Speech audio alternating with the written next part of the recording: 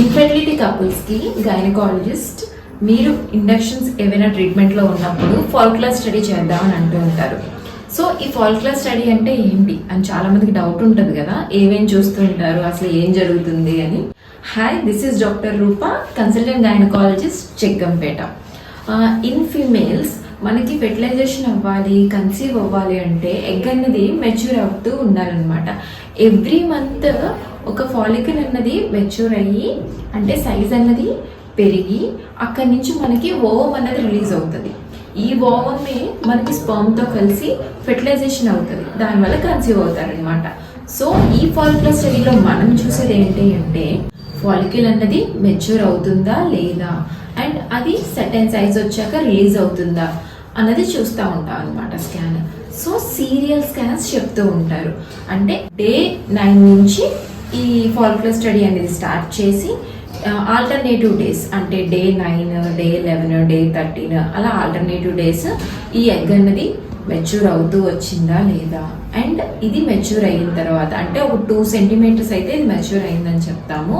ఈ ఎగ్ అన్నది మెచ్యూర్ అయిన తర్వాత రిలీజ్ అవుతుందా అనేది స్టడీ చేయడానికే ఈ సీరియల్ స్కాన్స్ చేస్తారనమాట.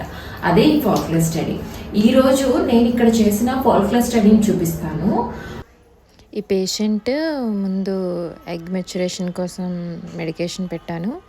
ఈరోజు డే 14. సో ఇప్పుడు ఓవరీ కనిపిస్తుంది కదా మనకి, ఇక్కడ 2 ఓవరీస్ కనిపిస్తున్నాయి. ఒక సైడ్ రైట్ ఓవరీలో ఒక ఫాలికల్ ఉంది అండ్ లెఫ్ట్ ఓవరీలో కూడా ఒక ఫాలికల్ ఉంది. ఈరోజు డే 14 అనమాట. సో మన మెడికేషన్కి డే 14 రోజున లెఫ్ట్ సైడ్ ఫాలికల్ సైజ్ ఎంత పెరిగిందో చూస్తాను. ఓకే, ఇప్పుడు left side follicle size measure చేస్తే ఇట్స్ అప్రాక్సిమేట్లీ 20 mm అంటే 2 సెంటీమీటర్స్ వరకు అడ్వకేట్గానే మెచ్యూర్ అయింది ఫాలికల్ అన్నది. సో మనకి లెఫ్ట్ సైడ్ ఫాలికల్ అన్నది అడ్వకేట్గా మెచ్యూర్ అయింది. ఇక్కడ ఏంటంటే మనకి రైట్ సైడ్ కూడా ఓవరీ ఉంది కదా, ఈ రైట్ సైడ్ కూడా ఈ ఓవరీలో కూడా ఫాలికల్ మెచ్యూర్ అయింది అనమాట. ఫాలికల్ పెద్దగానే వచ్చింది. ఈ ఫాలికల్ సైజ్ చూస్తే ఇది అప్రాక్సిమేట్లీ 16 mm ఇంటూ 21 వరకు వచ్చింది. సో బోత్ సైడ్స్ బోత్ ఓవరీస్లో 2 ఫాలికల్స్ మెచ్యూర్ అయినాయి అనమాట.